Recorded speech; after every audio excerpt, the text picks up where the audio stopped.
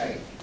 Good morning. My name is J.D. Henry. I'm from Verizon, and I want to thank Laura for your talk this morning.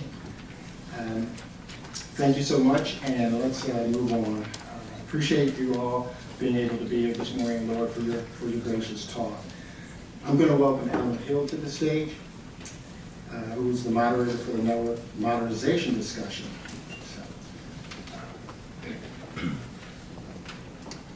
Thank you, Alan.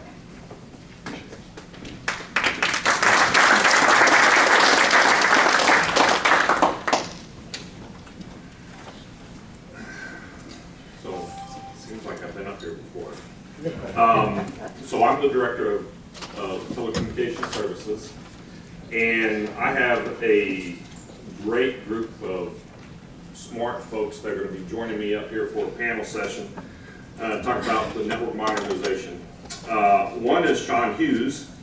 He's the director of Enterprise Network Modernization Program over at that small agency called the Department of Homeland Security. And And then we also have Kurt Nevis.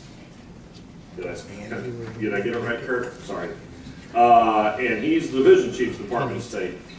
And then I have my trustee solutions developer, Kevin Gallo, from GSA. He's responsible for solution development.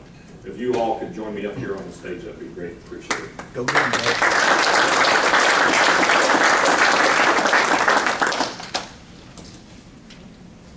So I'll tell you a little bit about myself before I ask them to introduce themselves and tell a little bit about them. Me, I'm retired Air Force, 20 years, still working with Blue. Engineer by trade, have the multiple IT certifications, really love geeking out. Did a lot of, stood up the first network operations security center for the Air Force under my old boss, General Ronnie Hawkins. Maybe some of y'all run across him. Got my cut on the industry after retiring. Worked for a small company called Verizon and also Caddy. Got my business side. So all y'all business developers have been down that path, writing proposals, trying to get that, and going through the blue and red and white reviews, milestones. So understand what you have to go through. So that helps me give a different perspective being back in government. Worked over the Department of Education. Had a lot of fun over there. Got its network infrastructure modernized. Worked with industry to do that. Can't do that without industry. And now I'm back in a role where I kind of geek out and also bring the business side to it. So I'm enjoying that. I've got a great boss, Laura. Me and her are very much in sync, and I got a great team of experts. Our focus is going to be more of, not focusing more on the contract side, but helping agencies understand what are the types of solutions that help them solve their mission needs. So that being said, I like my panel session here to kind of talk about, and we have two blazers in modernization, both with Sean and Kurt, and then I have Kevin, who also talks about some of the future opportunities and things. So, Sean, if you could introduce yourself. Yeah, thanks, Al. Can you guys hear me okay? Yes. Okay. Keep it up above my stomach so you don't hear my stomach gurgle. Good morning. Thank you for inviting me. Alan, thank you so much for this invitation, and thank you all. I'm Sean Hughes. I'm the director for the DHS Enterprise Network Modernization Program. And actually, I realized that my socks are really bright too. I thought I would have a table with a little curtain over it. But there's a lot of bandwidth in these socks coming out. I'm looking for you guys to provide to us. So with that, DHS, March of 2018, took EIS seriously.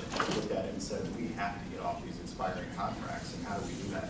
And so the deputies from all the components, the TMAG, Deputy Management Action, the active board, decided to stand up a. Turn on. It is on. Can't hear it back here. Oh, you can't hear in the back? No. You may move it up closer? Yep. I asked. Are you having trouble? So the DMAC decided to stand up a program management office specifically devoted to EIS. With that, Kevin Wentz, our previous acting CTO, led the effort. And around the April-May timeframe, Dr. Lombardi was looking for a program director, and I was asked ultimately to be the director for the program. I didn't know anything about EIS. I knew networks, telecoms. I came from DISA, DoD side. I was at the Federal Retirement Thrift Investment Board doing enterprise architecture, IT modernization, specifically focused on cybersecurity issues. And so I was gung-ho, eager, and then I learned about how big it was and, you know, the effort to move it forward. And I was like, oh my goodness, I need to stand up a team quickly. So went and hired a whole bunch of government staff at headquarters. And then we started working with the components. Their CIO designated representatives. One of them is here today from ICE, Kale. There's senior telecom engineers to pretty much make this not just a headquarters focused EIS migration, but a department-wide effort. And so with that, I'll go and wrap it up, turn it over to Kurt, but I'm excited to be here. I look forward to the questions. I won't specifically talk contracting or acquisition because I'm pre-solicitation right now. And if I stutter a little bit, it's because my talking points have been redacted by my So, but no, in all seriousness, our goal here is to bring you guys into what we're doing. I think we've been pretty transparent with what our strategy is and the lessons learned and taking feedback from industry. Sir. Can everybody hear me? Hi, my name is Kurt Mavis. I'm the Division Chief for the Telecommunications Wireless and Data Division. I was also, I can say that I was one of the original charter members when they stood up the Infrastructure Advisory Group. So I've literally been there starting since November, I believe, of 2015. So I've been through the whole process, and typically they wouldn't have somebody at the Division Chief level at that, but I kind of fought for that position. Somebody needed to be able to tell the story from the guy that has to implement. So I was able to convince the CIO that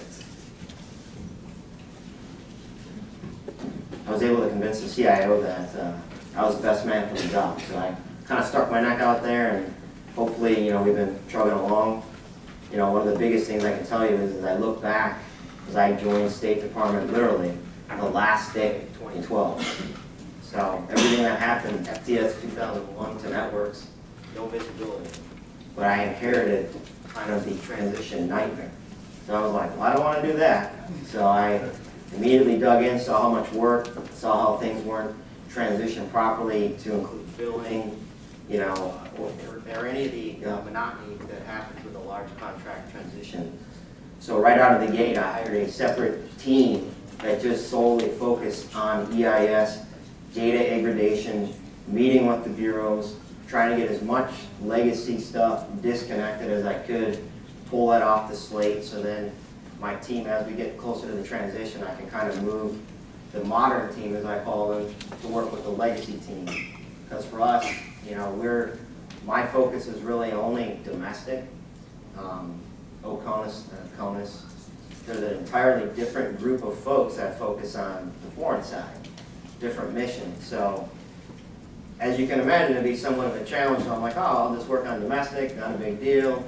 Next thing you know, this happened literally like a tactical nuke got dropped on me by our CIO and said, hey, what about this overseas stuff, right? And I'm like, no visibility, no nothing. So literally had to start over. So I kind of forgot. I appreciate the State Department giving me the opportunity to speak. I appreciate the offer. I appreciate my task force support and my GSA support that's been riding shotgun with us to get us to this point, and I can unequivocally tell you that there's no way I can do it by myself. Have I challenged them daily? I can say that. Have I been responsive as they wanted? Probably not. And then this little thing called Florence last fall, I know he mentioned with me being a Marine, I got mobilized after Hurricane Florence because Marine Corps Installation Command had to quickly and rapidly come up with an IT modernization investment plan to get it in front of Congress for the supplemental. So, I mean, it's not often a two-star general calls you up and says, hey, can you come do this for me? So I appreciate it. So I literally 60 days when we were in the thick of it, I kind of got pulled out of the chair, and I think everybody adapted well. We were able to do the work, but it was kind of a noble thing I felt I needed to do because I knew the Marine Corps did not have somebody they could bring in that could kind of bring that total visibility of contracting, data networks, cabling, labor, you name it. So what I should probably cover with TWD, we are very unique. So we've had a certain amount of flexibility. I'm not appropriate. I am like one of 3 offices within the department that functions under a working capital fund. So I have been earmarking the plan for investment on transition since I was assigned to this project, and adamantly defending it, I should say too, because any money that's sitting there can be opportunistic. So bringing it to today, with bringing it all together, I can tell you that what you're going to see, because again, we're pre-acquisition, so I'm not going to talk anything acquisition sensitive, but what I will tell you is you're going to see things that you probably never seen from the department. Opportunity. A bigger opportunity than you've ever seen. And I can say this unequivocally that I was able to get anybody that had an opinion into our solicitation that's going to be coming out for opportunities. I will say this: I am a steward of the taxpayers' money. Right? I'm not here to make friends. I'm here to basically provide network services to our bureaus and our customers.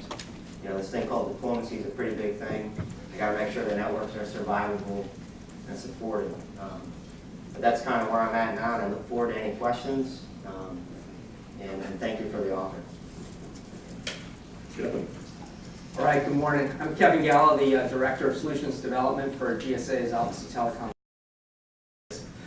I had gotten some really nice blue kind of bright socks for Christmas too, and I was thinking about wearing this morning, and I'm now thinking I should have, but a little pursuit. So Solutions Development, actually the division is involved in a number of variety of activities. For one, we manage our back office systems, in particular Network Hosting Center and Connexus. So Connexus designed for EIS, Hosting Center both for EIS and other contracts, legacy contracts. So those systems are able to provide inventory data to be able to assist agencies. Of course, important aspect in transition and also billing. So assist agencies with their billing data. And in addition to that, we collect a lot of information on what is being purchased on the contracts, or at a rather granular level. So we perform a variety of business analytics on this, so we understand the market, the government market, what's being bought by each agency, fair amount of detail, and the prices for various items. And we're able to use this to make smarter buying decisions and assist agencies in that regard. So a bit of category management there. So, again, we manage the systems, the business analytics related to that. But in addition to seeing what's being bought on our contracts, we also keep a pulse on the market, what the technologies are, what what industry is the contractors are bringing to the market currently and planned, and also what commercial enterprises are doing. So what are the buying patterns there and best practices out there? Commercial enterprises buying telecommunications or related network infrastructure. So we see that. We also see all of the agency solicitations. So we perform the scope reviews for technical and price reviews. So we see that. We see what the agencies are planning to procure. We see what best practices are. We see what work well on networks. We see what is some agencies are doing that looks good on for EIS. So we have this really cross-government perspective.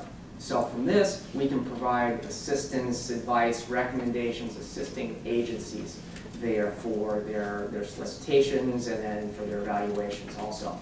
So, all of it, what we're doing with the systems, the business analytics, the scope reviews, all of that is really designed to assist, to assist agencies. So another part, a team of people in my division that work with, work through our agency management team and with agencies. So that's what we're doing now. Prior to this, I led the Network Services 2020 effort, MS 2020. So that strategy is kind of what's launched us on this journey.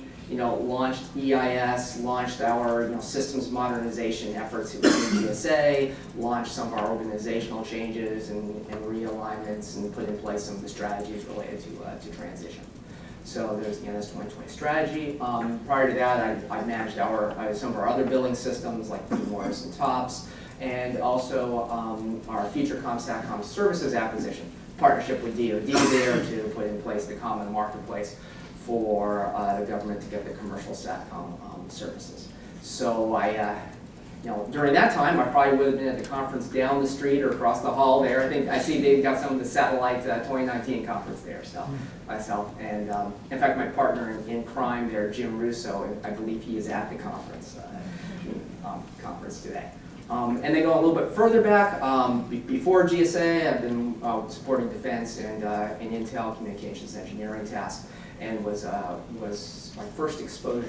This environment was during the transition from FDS 2000 to FDS 2001. So again, glad to be here. Thank you. Thank you, Kevin. So one of the reasons why we wanted both Sean and Kurt here is to talk about more of the modernization focus that they're going in terms of their agencies. What do they like? What do they see in the future? I believe in leaning forward, not waiting for necessarily industry to test everything out on the commercial side, kind of put it on the government side too. So I'd like to hear of some of Sean and Kurt. And Sean, if you could kind of talk a little bit about what you're looking at. Yeah, so as far as leaning forward, the future, as you mentioned, is, you guys hear me now? Is the new mic working okay? Okay. Awesome. So the transport layer for telecommunications is the future of where we're going. Within DHS, it's public now that we're trying to reduce our data center footprint. We're moving applications and services to the cloud. We do have systems that are physical. We want to virtualize those. The network today is very brittle. We have a one-net backbone. We want to modernize that, and we want to go towards 5G. Basically just wireless is the way we want to go in the future. But we also know that we're in the now. Our components are very vocal, as I've learned through being the director of this program, about that's great, that's 3, 5, 7 years from now, but what are we doing today to increase the resiliency and the availability of the network? And how do we incorporate DevOps and modern technology and solutions into our process for continuous system software refresh, development, rolling out capability faster, and not using a waterfall type approach, saying, hey, we can fix our network, here's our 12-month plan. And it's like, well, why is it going to take 12 months? Why can't we go to a wireless solution? Why can't we put redundancy within our point-to-point comms for our mission essential systems and services? As we move out to the cloud, what are the main access points where our data flows through? Do we have enough bandwidth?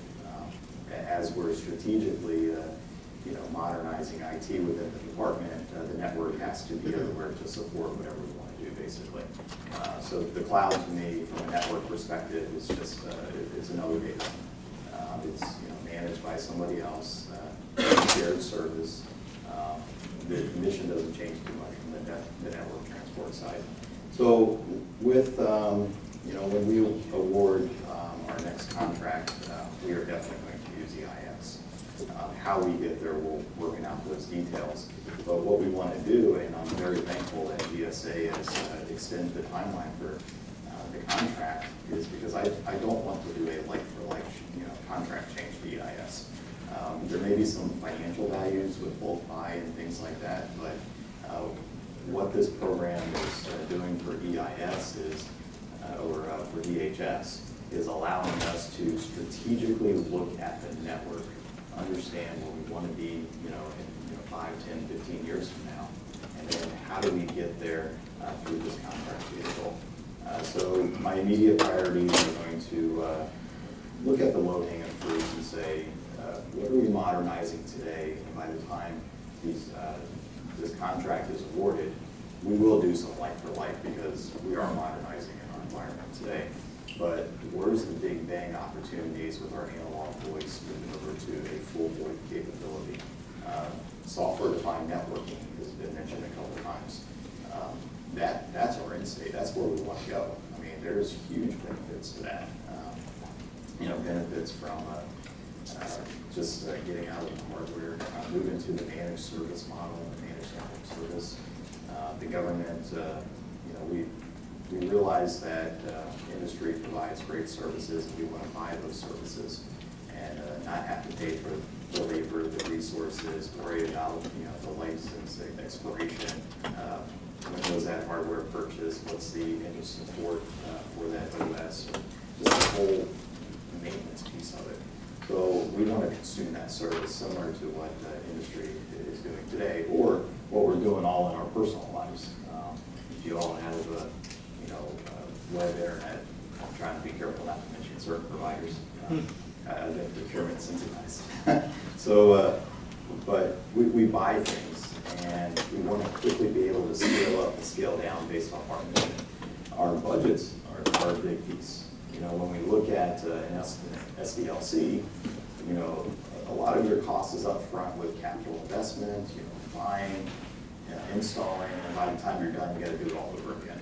And so from a financial perspective, we want to look and say, okay, here's a budget line that goes out 5, 6, 7 years with some escalation, some modernization built in, and then how do we program that with OMB and our DHS executives so they can better plan.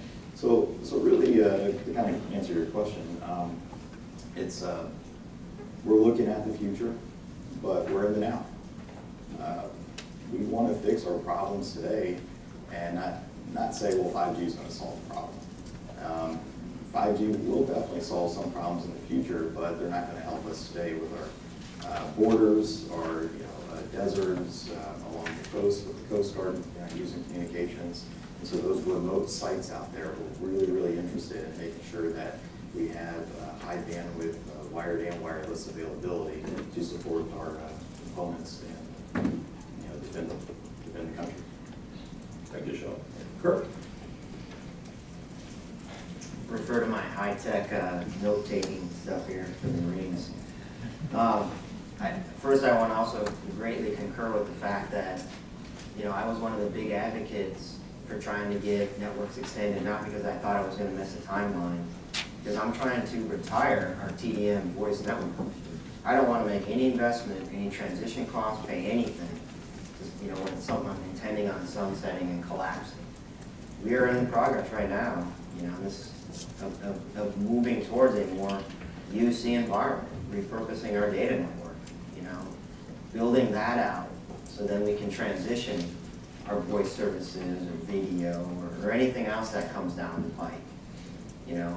So we're in our infancy stages there, but to kind of cover down on some of the initiatives we have, I'm going to reference back to what was the big trigger at the State Department was the budget data request 1520. What is your TDM footprint? Right, I was screaming up and down about why are we buying TDM, when I showed up at State. And I'm not going to mention any carriers, but there was carriers that were coming in and selling snake oil to some of our procurement people. And I'm like, you're not making any investment in the future. You're tied to hardware, and now to dispatch somebody to upgrade that, you not only have to send one of our people, they're sending that. And I'm like, this is not the environment we want to be in. The environment we need is a level of flexibility. So that, honestly, was the point where I got to pretty much kill off any data TDM orders. Like literally I got to get the CIO to buy off on that. It wasn't happening. I think we did maybe one emergency buy. We put very high risk project at risk. because our provisioner had ordered a TDM circuit. I'm like, no, I do not want to invest any time remediating that after the fact. So that honestly was a big move for us, because I was finally able to convince people, stop looking at the now. Where are we at in 5 years? Where are we at in 10 years, right? You know, that kind of led us to, much like Sean, is we're doing a full data center consolidation. Like, I'm not in the server business. I don't want to manage servers. I want to put my call managers in the data center and provide services to our facilities. You know, and without letting the cat out of the bag too much, I mean, we have around 100 facilities, CONUS.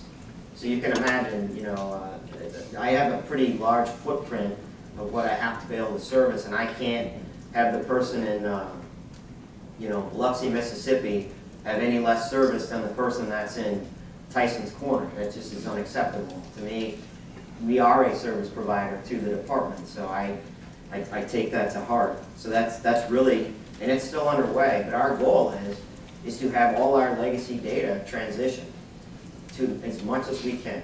And anything that can, we're not adding it on networks, or sorry, on EIS, because I don't want to provide any pathway to anybody to delay. Because I'm like, I'm one of those firm believers, if you ask for somebody's opinion, you're going to get it. If I get to be in charge, I'm going to be in charge, and I don't want to transition that stuff.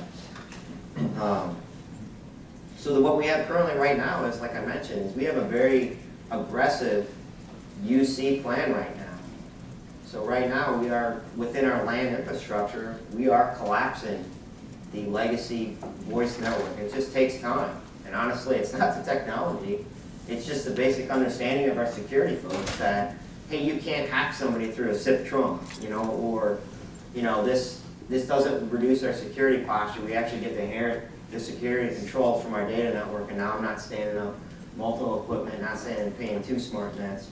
So that's honestly the challenge that we have at the department is kind of getting people off that, you know, that legacy mentality of the legacy stuff is the most secure. Well, you know, they have SCI rated cell phones last I checked that are encrypted. I mean, I had, you know, in 2002, I had secure satellite phones. We were making secure calls on it, you know, in a foreign country, in hostile situations. So it's actually embarrassing for me to sit as a Fed and have to fight some of these fights when it's like literally you go out into the banking industry or in the you know, they have federal laws they have to comply with, but yet they're still compliant. So then our last piece of this is, and this is why I'm trying to hold off, is we are going to full SIP trunk infrastructure, right? That is, you know, we're trying to get there. So, you know, when you eventually see our solicitations, you may wonder, hey, I don't see any legacy stuff on there. That's by design, right? Now, one area that I know we're supposed to kind of mention is, please help us. As a federal government, I have to have analog telephone lines for fire control systems and elevators. And industry hasn't figured this out yet. So I still have these legacy POPs and things I have to support, and it's kind of painful. But I mean, I will say this, I like to consider myself a beacon of hope. I'm an optimist of where we could go, and looking at EIS, I look at it as an opportunity that what I build domestically can be reciprocated overseas, right? If I can provide it to the low bit bandwidth disadvantaged user, I can deliver service to anybody. So what I am happy to say is I have a very, well, I guess they say we've always done it this way. I have that placard all over our office because I remind people that same old mindset, you know, same results. We just have to start thinking outside the box of how we can get out in front. So we have been very aggressive, and we have been very forward thinking. And when, like I said, talking opportunity, when you see our proposals, you'll see that we are not looking at right now. We're going to challenge you to give us thoughts on what's coming in the future. And I'm going to stress that. And that's pretty much what we're at as far as just digging in. But I mean, we're not sitting idle. You know, we have to support now and keep pushing forward. So eventually, hopefully, we'll make it through the breach. Thank you, Kurt.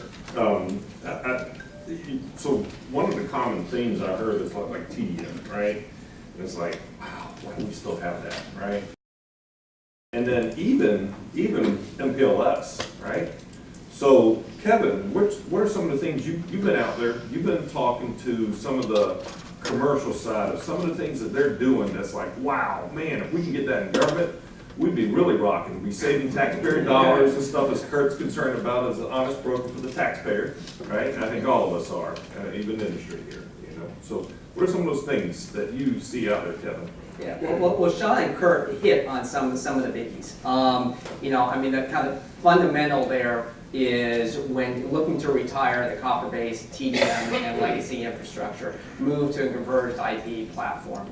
You know, adopting voice over IP, enterprise-wide, unified communications, or unified communications as a service. You know, that's kind of fundamental. We need to move. You look at the price points for that. If you look at the price points for legacy data services, you know, I mean, they're essentially they're flat. You know, some voice services, you're going to see rising prices, whereas the more modern services, like Ethernet services, your year-over-year price points are declining. You know, you see this with EIS, and the prices comparing EIS to networks. You know, when EIS was designed to be a forward-looking contract, you know, so you look at, you know, as agencies modernize, just looking at price-to-price comparison between networks and EIS, there's significant savings there. And the government, in this regard, actually has been modernizing even prior to EIS. I mean, we look at the, you know, what's being bought on networks, and we see modernization occurring. We see that move from TDM access to Ethernet, but there's a long ways to go.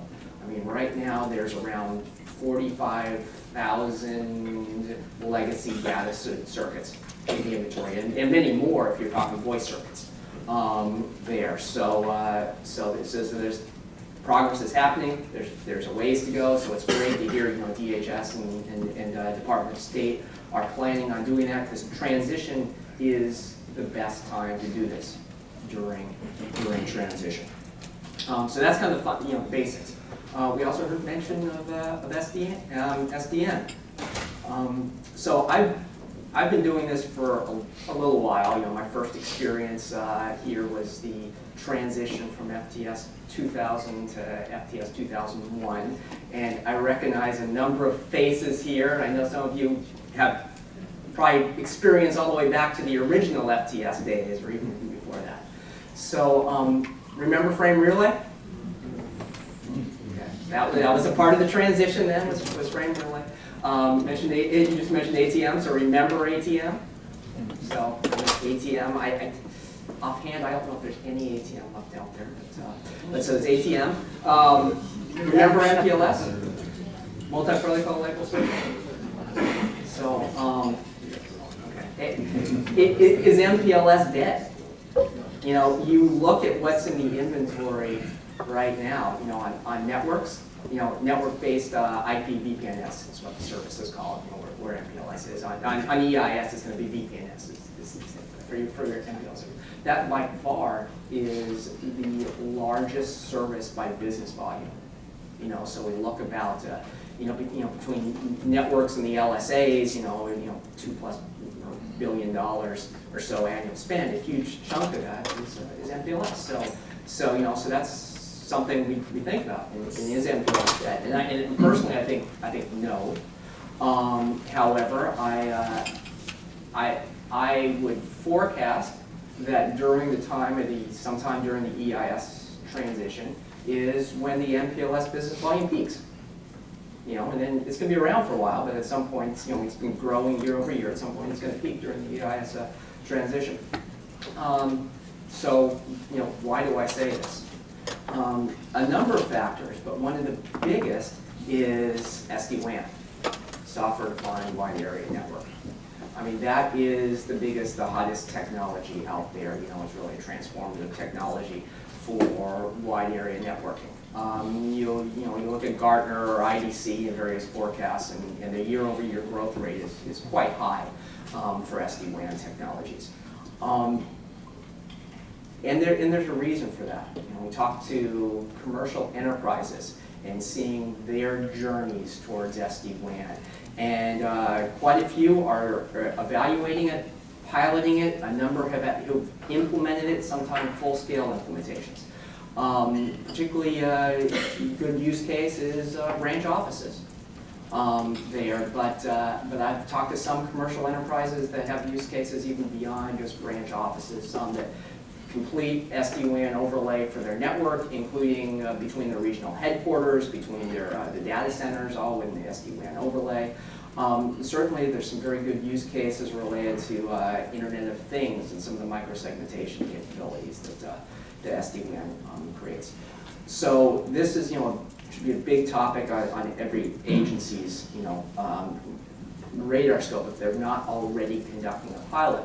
But I say to do this not because it's the hot new technology. I mean, we're not chasing, the technologies, but because of a business need. So for agencies to look at what their business needs are, and then how SD-WAN can fit those needs. Bandwidth. The appetite for bandwidth seems to be never ending. More and more bandwidth. What we have seen on networks over the past 10 years is about 35% year-over-year growth on bandwidth. So in that trend, I don't know if it's going to be that high or a little bit lower, a little bit higher, I'm not sure, but it's growing. It's sufficient to say the need for bandwidth is growing. But it's not just the need for bandwidth. The data flows are changing. Cloud computing and cloud offered as a service. So now it's not just where your data flows are going, from your branch office into data centers and everything, but you actually have a lot of those data flows going from, some into data centers, some out to commercial cloud providers, and it will be a number of cloud providers, so it's not even just one. So now you're looking at the data flows and how that's changing, and then you add mobility into that. And more people accessing the network via the mobile device. So then you look at the data flow for your mobile is a little bit different and wanting to be able to secure that. And then you add Internet of Things.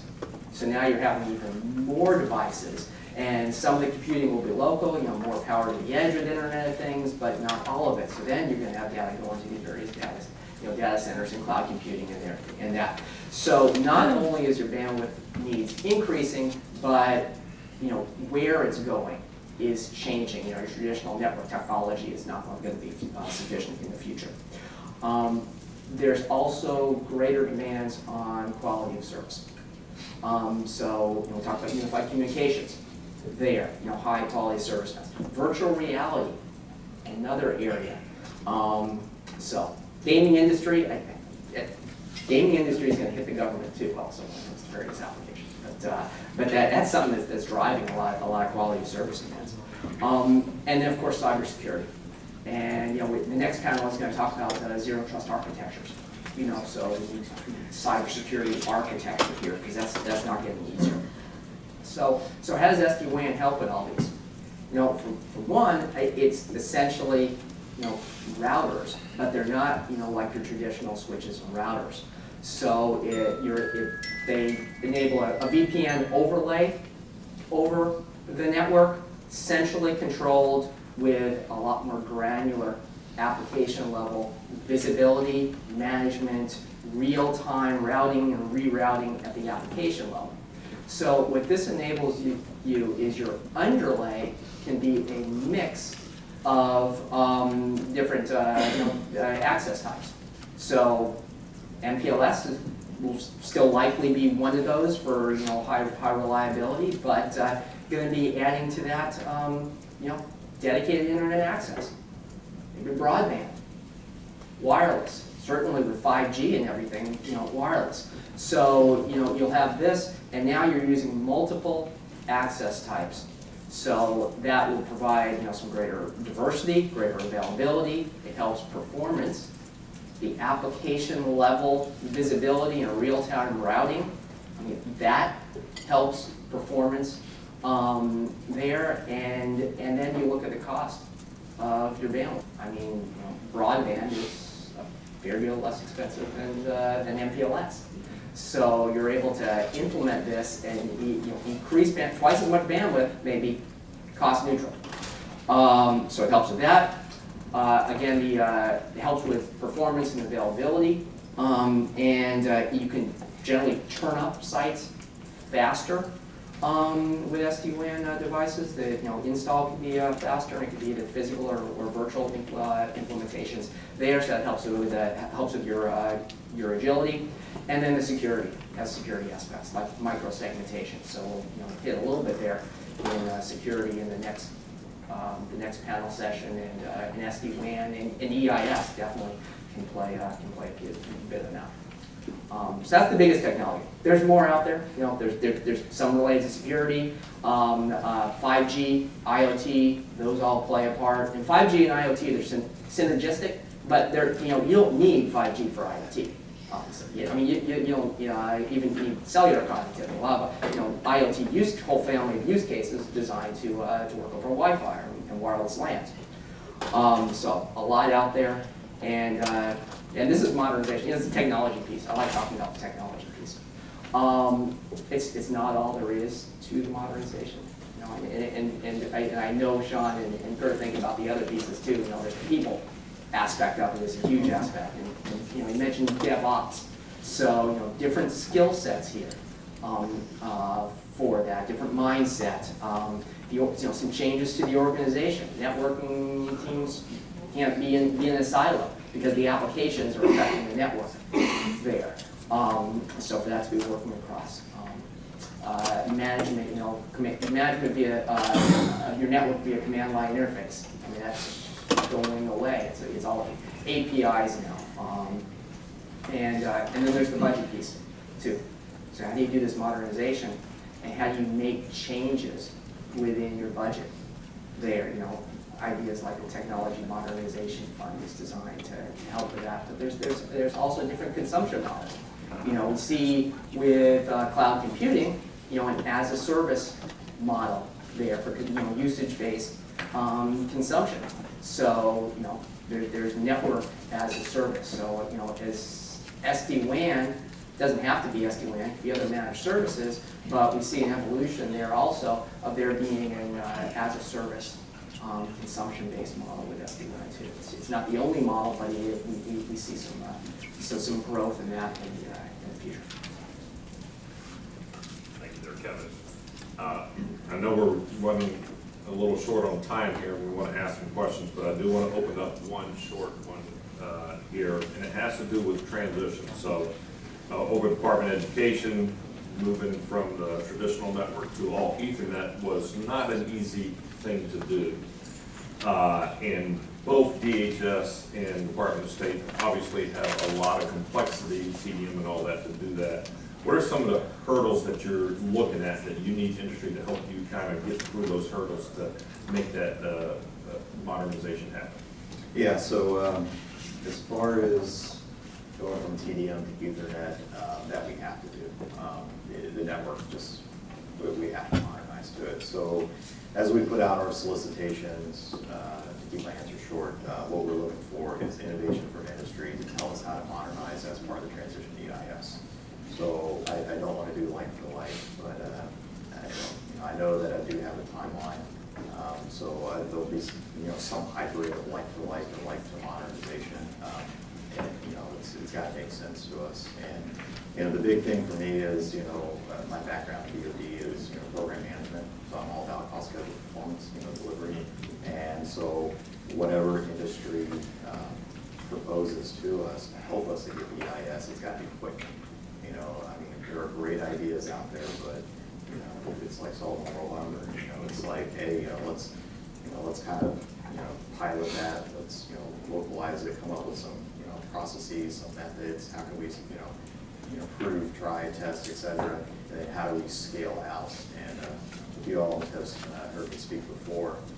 I actually used a phrase or a quote from a previous commander that I used to work for, General Hawkins, and DISA. And he would always say, think big, build small, scale fast. And then he would say, do it quickly, very quickly. 90 days. So I think, what we're looking for from industry is, tell us that in state. Don't give us a 10-year plan to get there. Give us, something short, quick, agile, because I want to show progress, because that's the best thing for success to me and my leadership is, that there's two parts of the conversation. It's, here's what I can do, here's what I did. And if we can do that rapidly and quickly, and, you know, maybe show that we're on that glide path, maybe an example. So, a glide path to get to that end state, that's going to secure our investments for the future and help me with getting, you know, the budget to modernize the network. Thank you.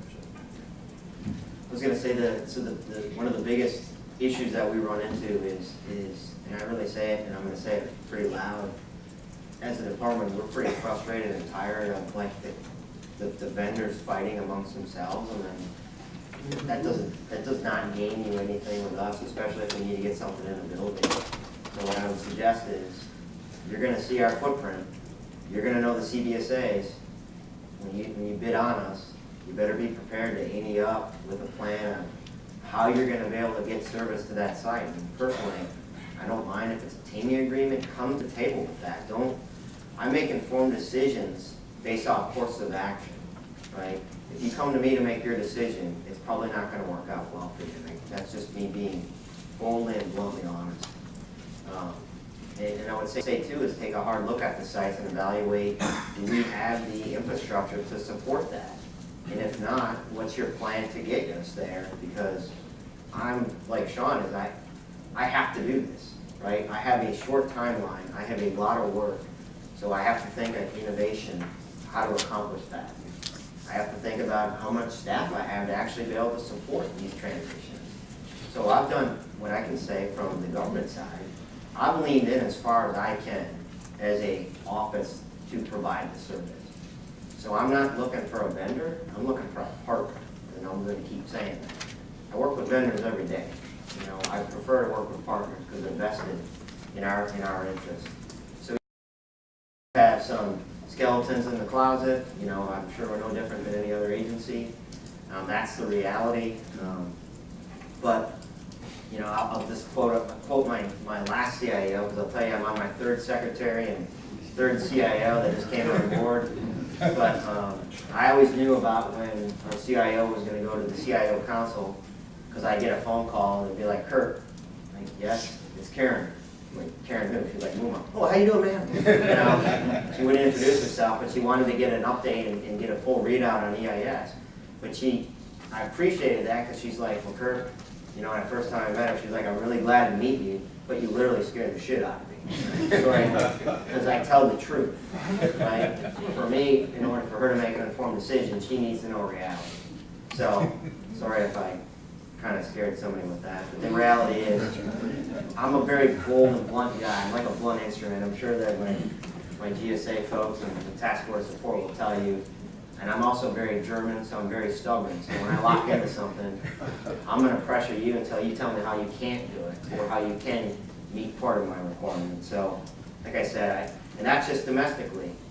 On the foreign side, you know, when you see these things, you're going to see it written in a way that's going to provide you the full capability to provide options, right?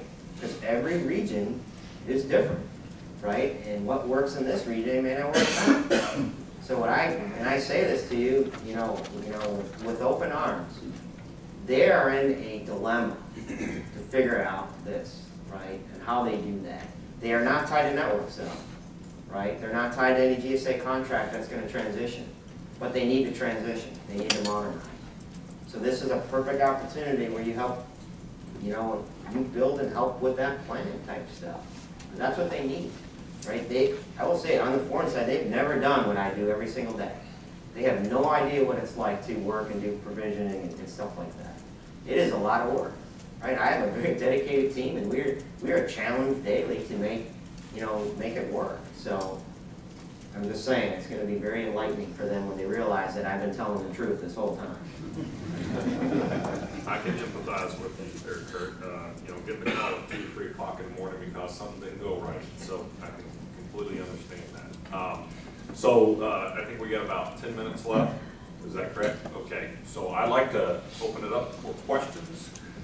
Please, you know, I know you BD guys like to ask those procurement sensitive questions. That's not the forum for this, so please not do that. So, questions, please.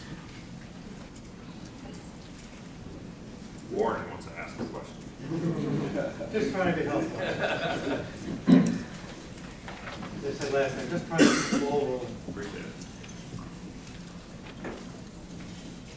it. Here we go. All right, so I'm going to focus on the two agencies here and ask you about working with the components, because that has been a challenge at every stage. And Kevin, I've been here since the first one. You and Jim, white hair in the room. It's State Department. You got DITCO. It's been doing its own stuff, and the state does its own stuff. With the DHS, you have a tremendous variety of stuff. So can you talk a little bit about what it really takes to make it work as an enterprise solution, and how industry can help you get there? Okay. Warren, great question. I'm going to use an example that I don't know if I'm just morphing into the DHS model. I've been at DHS for about a year and a half, and coming from DoD, we had a similar kind of footprint. We had Army, Navy, Marine Corps, Air Force, OSD, and other departments, and then there was DISA, which was kind of the DoD CIO, IT consolidation, belly button for IT. So within DHS, when I got there, they said, okay, well, you're headquarters. So there's some pros and cons to being headquarters. I looked at it as a pro. I looked at the cons as opportunities. From my experience as an active duty Navy member to DoD, and said, look, I have a great opportunity to listen to the components, hear their concerns, and get rid of the stigmatism out there that's about, well, why is headquarters trying to tell us what to do? And so to me, it's like, okay, well, headquarters should shepherd enterprise services, but with this job, the telecom transport for DHS, I've learned a lot. I've learned that the components have an operational mission today, and if we're going with this big solution on how to move to a managed network service, we really need the components to buy in. So the CAG, or the Component Action Group, is our advisory panel where the CIO designates their lead IT person to speak on their behalf. And then I also brief at the CIO Council. So CIO Council is focused on IT monetization. The components are focused on, here's our problems with pricing, with performance, having vendor diversity, having redundancy in the environment, how do we address security, and how do we do things quickly and incorporate our needs. So I would say that it's been eye-opening for me, because we're going to get a better product over the next 10 plus years by working with the components. And I would be, I can't get too much into acquisition details, but our front from headquarters with the components and what we've done with the vendors, releasing our draft statement of works, doing the one-on-one sessions, all of that is feedback, some positive, some negative, and that we're updating our strategy with and coming out with a plan that's good for DHS. And so I would say they're a key stakeholder. I respect their mission. I like analogies or metaphors, whatever the right term is, but it's kind of like the United States. You've got the country and you've got the states. And then the common service is the network across. We're providing the interstate, and then the components are providing the local roads within their jurisdiction.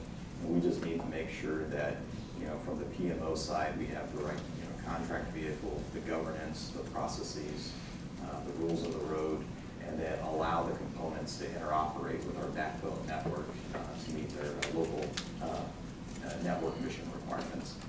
So I would say it's to summarize it, it's a combined front, and we're going to get a better enterprise solution, a federated solution with this consolidation effort, consolidation approach. Warren, big question. I can say, like Sean, I had to immerse myself in other people's duties that I never had to understand why they asked for what they did. I usually just got the phone call that my stuff's not working and getting yelled at. I seem to get yelled at for everything as a network guy, even though it's using a service on the network, but I digress. But what I will say is this, understanding what I saw from the transition from the FTS 2001 to networks, debacle, as I'll call it, we hired a team and we literally set up a coordinator for bureaus. So once we had their footprint, we started meeting with them immediately.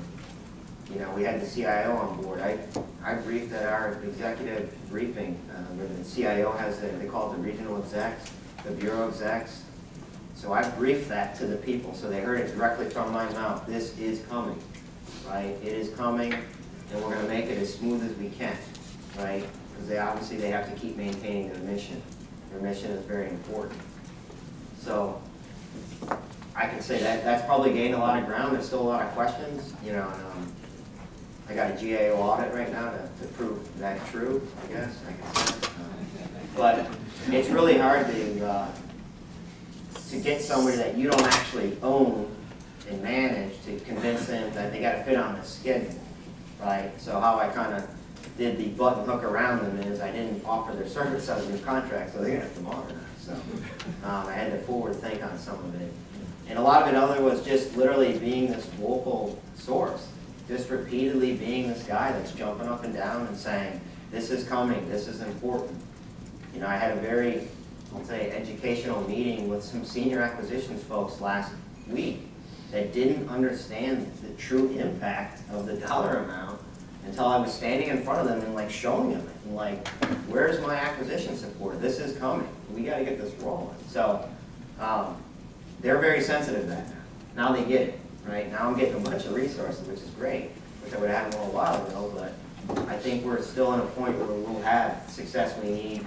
The people have been educated, and again, the biggest thing I would say from the vendor perspective is I'm sticking my neck out on the line when I'm placing an order.